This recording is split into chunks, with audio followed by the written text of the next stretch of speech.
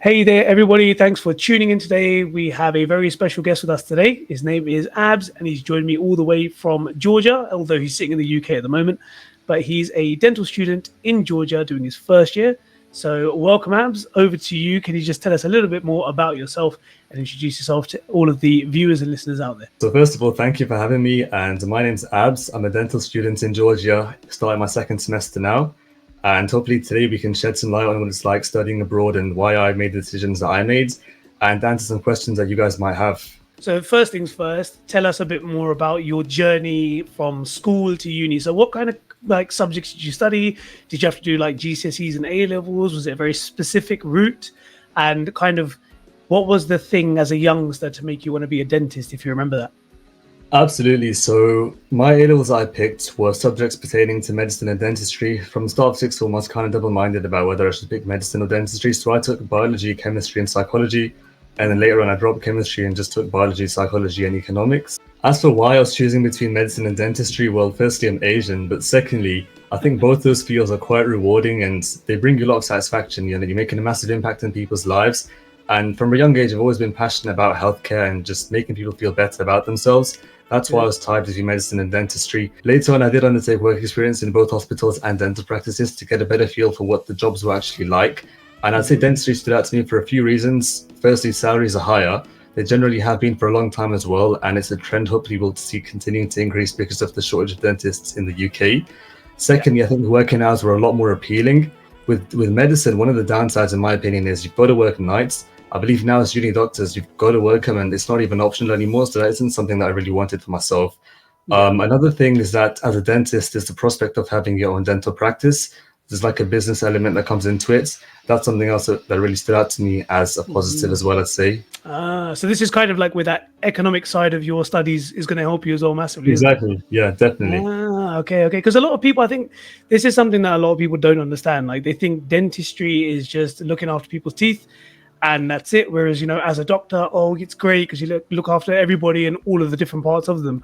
But what they don't realize is that dentistry, you can really expand yourself from a business perspective. So I think that's a very good point. I think having something like an economical background behind you or a business-minded background it suits this kind of profession. So it's actually good.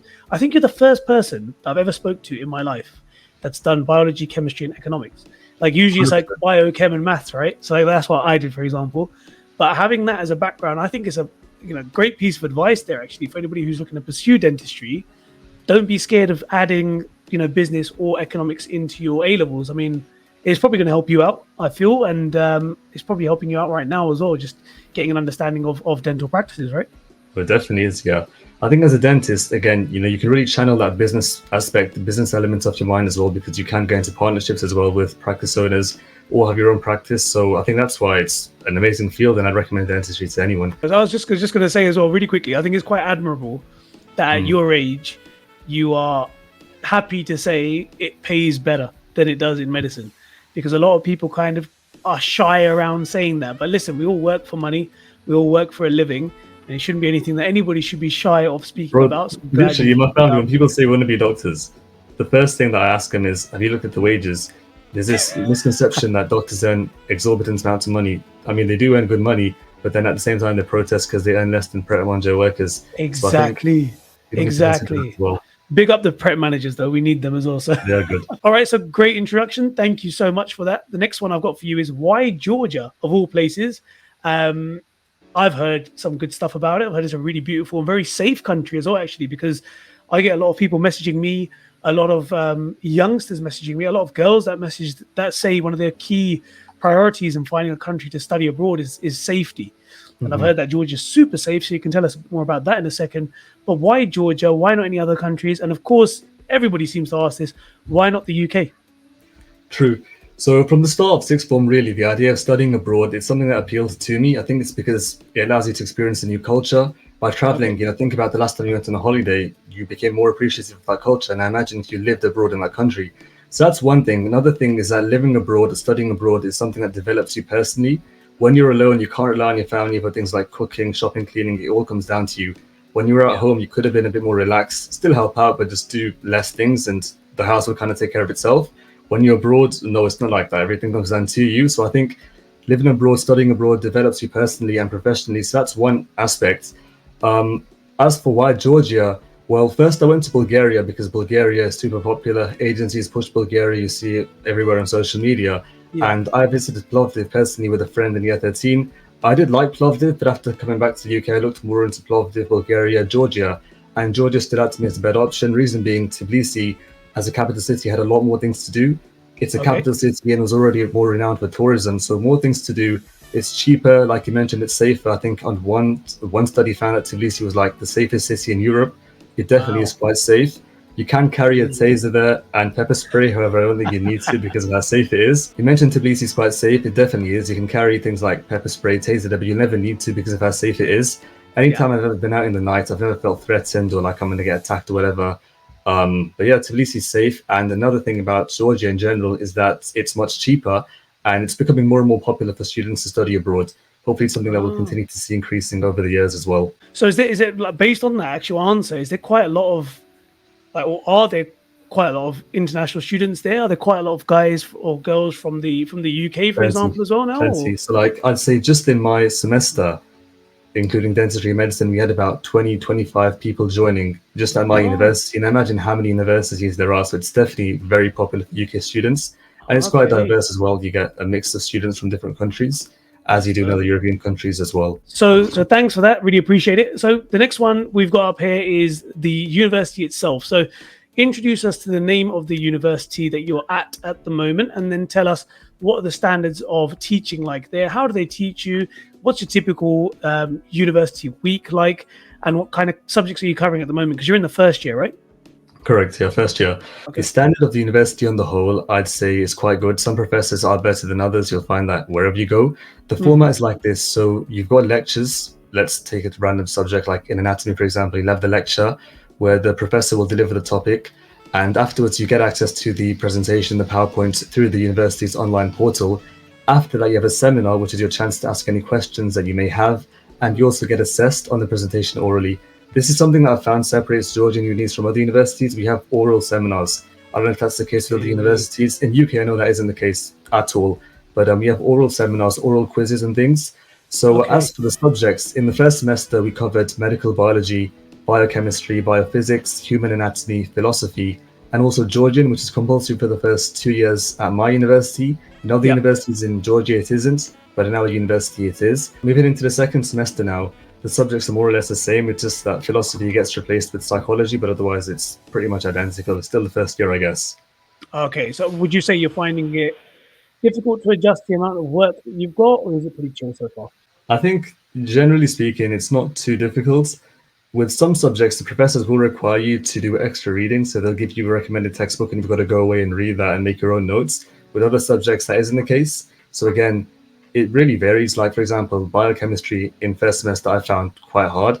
In second semester now it's easier because we're focusing more on the biology aspects, like the vitamins and things like that. So it's easier. But now in second semester, I think I'd say anatomy is probably harder than it was in first semester. But on the whole, I think I'm coping well, and it's just about being consistent. And that's the main thing, consistency and asking questions. That's another thing. So the professors, they are quite open to taking on questions. If you have any questions, you can email them at any time, ask them in seminars. They're very good at explaining things as well. So if I do feel like I'm not understanding this well, then I'll go to them with my questions and they'll always be happy to help. That's good to have, man. There's a lot of universities with the professors and the staff. They really can't care less. It's good to hear that, especially for those students that are considering to come to Georgia, for example. Is it? So you said that it's very accessible with the staff members. Are they good at speaking English, or do they struggle with it? How's the language like out there for the student-teacher interactions? Yeah, I understand. That's a very good question. So honestly speaking, the English is good. You'll understand them speaking. The accent might be different, but it's something that you'll get used to be honest. So yeah, I'd say you'll understand them well and they speak good English. Okay, perfect. So nothing to worry about for any students who are going to go out to Georgia. Not. So obviously you're in the first year, so this isn't usually the time where dental students get their hands on many practical related subjects, which is fine. But do you know much about what the practical schedule looks like for yourself? Are you going to start picking things up in the third year or the fourth year? In fact, how many years is this course, for example? And when do you start becoming more practical and clinical focused? Sure. So the duration of the course is 5 years. At our university at CIU, practical work generally starts in the third year. And the Okay. university is working to increase the amount of practical work for even those students who are in the third year. In other Oh. universities in Georgia, it starts earlier, but generally, I say third year is like where it starts for most universities in Georgia. But I can't say too much yet since I haven't really done much practical work. But I know the facilities are there. In fact, in our university, this might be the case for other universities as well. Also, in my university, students who have completed practical training that can do treatments, they typically do those treatments on other students in the university. So I had a friend who needed some kind of dental work done to them, like a cleaning or whatever, and they contacted a student in the upper year who then did that treatment on them, supervised obviously by another doctor in the university. So it's quite good in that sense. Ah, okay. So there you have it. Some free dental care for anybody who's Exactly, free dental care. considering going out there. Yeah, exactly. And then obviously for anybody who knows what they're doing, they have enough people to work on, Yeah, which and then it is adds towards the hours as well, which they need for the ORE, which we'll come on to later on as well. okay. So speaking about Georgia, like how are you finding it, like navigating around and getting on with that country? Because it's obviously quite foreign to you. So how's that Definitely. going for you? Yeah, so I'm finding Georgia quite easy to navigate around now. I'd say transport infrastructure in Georgia is really good. It's easy to get around the city by bus or metro. Taxi is very cheap as well. So, for example, like a 10-15 minute drive would only cost you 3-4 lari, so like a pound, if even that, £1 or £2. So, taxi is very good. There's loads of taxis available. The main application used there is Bolt as well. They've got Okay. Yandex, which is like their version of Uber. When it comes to food and groceries, you've got loads of international franchises and shops there, like Carrefour, for example, which everyone knows. You can also find international food products like Asian spices in certain shops too. Halal meat, that's another question a lot of people have, and you can Yeah. find it in Yeah. Georgia. In fact, there's some Muslims who own a farm on the outskirts of Tbilisi, and they slaughter Oh, the meat and deliver it to your apartment as well. So it's even easier than going to the butcher, which just wow. makes it more and more convenient for you. So yeah, chicken, meat, whatever you want, beef, any kind of cut steak, they can really just sort out for you as well. There's also a good range of diverse restaurants to choose from: Turkish restaurants, Lebanese, Okay. Pakistani, Indian, different kinds of cuisines. So I'd say Georgia's really good, and it just makes you feel more at home, I guess, when you have these kind of things, because these are things that people are used to in their home country, like the UK, for example. So it's nice Yeah. to have them as well when you come to Georgia and to know that they are there. But yeah, on the whole, I'm finding Georgia easy to navigate around. Do you know what? I tell you what, I'm quite jealous now because over here in Koshita we have like nothing. We got like a Mackey's and then one half decent pizza restaurant, and then that's it. So anybody who's looking to Seriously. enjoy like university with good food and all the rest of it, Georgia might be the place for you. You've heard it from the students himself. I mean, you're the one that's Yeah, saying there's a yeah. place to go. There's my suggestion. There's my recommendation for you guys. I actually got a question for you. Actually, one just came to my head right now. We Go play ahead. quite a bit of football here, so like sports and Yep. community get-togethers and all the rest of it. Do you guys have like anywhere that you let off your steam and go have a kickabout and all the rest of it, Yeah, we or not? do. So one of the main universities in Georgia is called New Vision University, and they've got like a really nice football pitch, AstroTurf, on the campus. And that's where most students go really every week and just play football together. It's a casual game. It's like casual competitive. So the people there, they're not pros, but then also they're not there to just mess around. They actually play properly. Yeah. So yeah, New Vision University is the place to go. And also recently Georgia qualified for the Euros as well. So the football scene in Georgia is quite active as well. They are quite open to the sports. They love football over there, so you'll find all sorts of facilities, not just for football, but other sports as well: swimming, tennis, badminton. There's everything in Georgia, in Tbilisi. So if Okay. you're sporty, it's definitely the place for you to go. Nice. And actually, one thing that's sprung another thing that sprung to mind. Actually, speaking about sports and keeping fit, a lot of people want to obviously hit the gym when they go to a foreign country. Like here in Slovakia, I would say it's very expensive. For a student membership, around a month is about 35 euros on average. What is it Mhm. like roughly in Georgia for a semi decent gym? I'm not saying the best thing in the world, but a semi decent gym on maybe a student rate. Do you know how Yeah. much that might be costing a month? To be honest, it's probably the same as the UK or even higher. So like 20 to Right. 30 pounds is like the average kind of price range for gyms. Because it is a premium thing in Georgia, so they do push up the prices. Again, they know how badly people need the gym, so it is pricey. But then again, other things in Georgia are cheaper. So when you look at it from that perspective, it's not too bad. When Kind you're of paying levels more out. for a gym, exactly, but then you're paying a lot less for like the taxi, for Yeah, yeah. instance. Or So going it's to not play too football. bad. I'm guessing playing football might be cheap as well. Like if you're playing every week. I Yep. mean, we play a couple of euros each, which is peanuts if you compare it to the Hmm. UK. I know like a power league or a goals pitch in the UK is like 5-6 quid each per Exactly. person. Like, yeah, exactly. So I'm guessing it's super cheap in Georgia, is it? Much cheaper. It's much cheaper Ah, in Georgia. nice, nice. That's what we need to hear. So that's good. At least when we know when it comes to sort of keeping fit, active, and social with people, you can do that in Georgia, no problem. definitely. Cool. All right. Well, that's really good insight. I think the university and kind of your journey there. One of the main things that people decide their futures of studying abroad on is actually their budget, because obviously people have very varying budgets from one person to the next. So, what Mhm. would you say is your typical expenditure like in Georgia? How much does it cost to rent? Maybe your weekly shopping, if you have an average price, any transport, maybe tickets home back to the UK. If there's anything that you want to kind of discuss and help those that are thinking about doing it, this would be a very good platform for you to do on. So, over to you. Sure, so let's start with the rent. So rent for a one-bed apartment typically ranges from $400 to $600 a month, and then a two-bed apartment would be $600 and upwards. Mhm. Living costs in Georgia are quite cheap. It's nothing like the UK. So bills for energy and water are roughly £55 per month in colder months when you're using heating, and a lot lower in the warmer months, around £30 a month. Apart from this, other miscellaneous costs, well, broadband costs like £11 a month for 50 megabits per second, which is the average package in Georgia. Nice. Unlimited mobile data, calls and texts for your phone would be about £20 per month. As for transports, using a bus would cost you one gel, which is like 30p roughly when you tap your bank card. And the metro is 1 or 1.5 gel. And both of these, so both bus and metro, are cheaper, I believe, if you use a student bank cards to pay. So Georgia, you can tell, is quite cheap. However, things that are imported, so like Nutella, for example, that would be a lot more pricey, or like Hershey's, but you shouldn't be eating that anyway. It's bad for your teeth and bad for your health overall. But Dental anything tip. that's Dental imported tip. generally, even like almonds and stuff like that, which get imported, they inflate the prices a lot. But on the Ah. whole, groceries and bread and milk, things like that, are a lot cheaper than the UK. That's another Uh-huh. plus of Georgia. And obviously, you mentioned there like the summer and the winter. So, how harsh Mhm. are the winters and how harsh are the summers? Because when we were Good in question. Ukraine, yeah, we had like snow up to our knees, and then in Oh the yeah. summer it was like boiling. So, what's it like in Georgia? Yeah, so Georgia's climate is quite Mediterranean. I'd say from February up until December time, it's quite warm. So Oh, really, only in December and January you feel like winter kind of weather. The winter in Georgia is not cold as it gets. It's not as cold as it gets in the UK or in the USA. From February time, it starts to get warmer. Like now, when I go back in what April, March, April, it's going to be really warm and t-shirt weather in the night. So that's definitely nice. another positive. You don't get that in the UK, I guess. You never get that in the UK. Yeah, maybe like 2 weeks in the UK max. But yeah, that's about as much as we get. And then Exactly. obviously beyond that, like you speaking of the UK, traveling home, is it easy? Is there an airport nearby? Is it expensive? Is it cheap? How would you describe it? Sure. So the main airports in Georgia, being Tbilisi and Kutaisi, have flights running to Turkey, which is the route most people take when they go back to the UK. So from Ah, Tbilisi or like Kutaisi to Istanbul, and then from there back to Birmingham, London, Manchester, wherever. The okay. downside is that one, there aren't any direct flights, and two, the flights that are there are expensive. So it's not like Bulgaria, for instance, where when I went, I paid 50 quid for a return ticket. You won't get that. You'll be paying 50 quid just to add extra baggage to your ticket from Georgia back to the UK.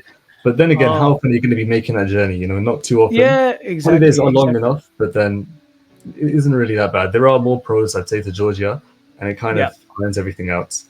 fair enough, fair enough. That's perfect. And then obviously rounding this all up in back to you now, in regards to your future, because obviously you've just started out, but you're taking huge leaps to become a dentist, which I massively respect. What are your plans for the future? Obviously, you're going to have to do the ORE, which is an exam that, if people aren't familiar with it, is an equivalence exam for overseas dentists such as yourself that qualify overseas from outside of the EU. What are your plans for fulfilling that and completing that without any issue? And then what are your plans in terms of being a dentist? Are you looking to specialize and do more, or are you looking to just get into general practice and, as you mentioned earlier, maybe start your own clinic? Like, what does the world look like for abs in the future? One of my main plans for now is to keep on making videos helping people who want to study abroad in Georgia. I need to complete the degree as well, and like you said, focus on the ORE. Regarding the ORE, there's a reading list by the GDC online that people can find. Just type in ORE reading list. There's loads of books on there. I Yeah. think reading that would be a good step to take in preparation for the ORE. Apart from Mhm. that, just looking at the curriculum and the things that the ORE tests you on, and then making sure you know your stuff as well. Obviously not now, but later on down the line, that'd be something else that I'd do for sure to make sure I'm prepared well for the ORE. Regarding specializing in fields and things, right now I think orthodontistry seems like a good field, but then after I've done some sort of practical work and had more exposure to the different areas in dentistry, that'll probably change. It most likely will change. But Yeah. yeah, specializing in orthodontistry right now, I'd say, is like what seems more probable for me. But I'll Smart move, see. smart move. Yeah, a lot of money in that as well. So you're probably making the right decision if you stick to it. But of course, I think you're right. Once you start getting into that sort of the the clinical side of things and more practical, and you're dealing with patients, is when you start figuring out what you like, what you might dislike. And sometimes people don't even specialize straight away. They might spend a couple of years in practice, figure it out, see what they like. And then again, I do think maybe your economics background is going to come in and be like, do you know what? I could run this practice better than anyone else out there. You might do your own clinic. So hopefully we'll see your own. So one thing that you mentioned there was obviously making more videos. So for those that don't know, Abs is obviously a bit of an up-and-coming content creator, especially over on TikTok. And that's actually where I came across his videos, because they're very informative. They really help those people out there that are looking to get into dentistry that may not have the route in their home countries. So massive thanks to what he's doing for the community. So on that, are you just working on TikTok at the moment, or do you work on other platforms as well? YouTube, I'm looking at uploading videos on. Okay, great. But otherwise, right now, it's just TikTok and Instagram mainly. Okay, so then for the viewers, could you just give us like your handle or your little TikTok or your Instagram names, and then I'll type in pop them in. Abs Dentistry, ABZ Dentistry, Abs Georgia. I should come up, and that's to find me. Yeah, we will do. And any questions that you might have for Abs, feel free to get in touch. He's super responsive. I sent him a message and he responded straight away. Super professional, really nice, very warm person, easy to contact and communicate with. He'll definitely help any student out there that's thinking about doing it and just give his honest advice. So thank you so much, guys, for tuning in. Thank you, Abs, for helping out with this, call it podcast, if you will. I don't really think there is an official podcast on my channel Informal yet, interview. Informal interview. There you go. Yeah, he's given us a massive amount of information here for everybody to break down and digest, and I'm sure it will be a huge help to future dentists out there. And just before we sign off, I'll hand it over to Abs. If you've got any final words of wisdom or anything you just want to say to the viewers out there, and I'll let you take it away, my friend. I think really, you can't put. I say the majority of the people watching this video are going to be people who are interested in pursuing a career in dentistry or medicine. Honestly, there's a stigma around going abroad. Sometimes there is, and that can kind of dissuade people from taking this path. But I guarantee you, in 5-6 years' time, this will not matter at all. Just make that decision today. And honestly, when you look back, you'll think this is the best decision you ever made, because of how many experiences come with it. Like, yes, you'll get your degree, but beyond that, you'll learn so much more about yourself, and you'll be able to see the world from a different perspective. You'll be able to look beyond the horizon, and the kind of experiences that come with going abroad you'll never ever find if you just stayed in your home country. So I'd wholeheartedly tell everyone to go abroad and study if you have the opportunity to do so. Otherwise, subscribe to the student. He's done an amazing job at making this video, and just check out other videos as well. You guys will learn so much from them. I definitely have as well. But a massive thank you to him. I've done nothing for the community. I'm just doing my best, but he's honestly like a pioneer and ambassador. So massive kudos to him. You're too kind, my friend. No, I think if anything, like I say, just having more people out there in the world like yourself. I don't want to make this into a tennis contest of complimenting each other, but having more people like you out there in the world definitely helps. And for anybody else who is looking to get onto that social media scene and into the community of helping others, just do it. Don't hold back. Look at Abs, look at myself. We just get out there and do it. There's no harm in doing it, and people really do take the effect of it in a positive way. So yeah, thanks again for joining. Thanks again, Abs, and hopefully, guys, we'll do another one in the near future. And that's us signing off. So we'll see you on the next one. Take care, guys. Hey, guys. Bye.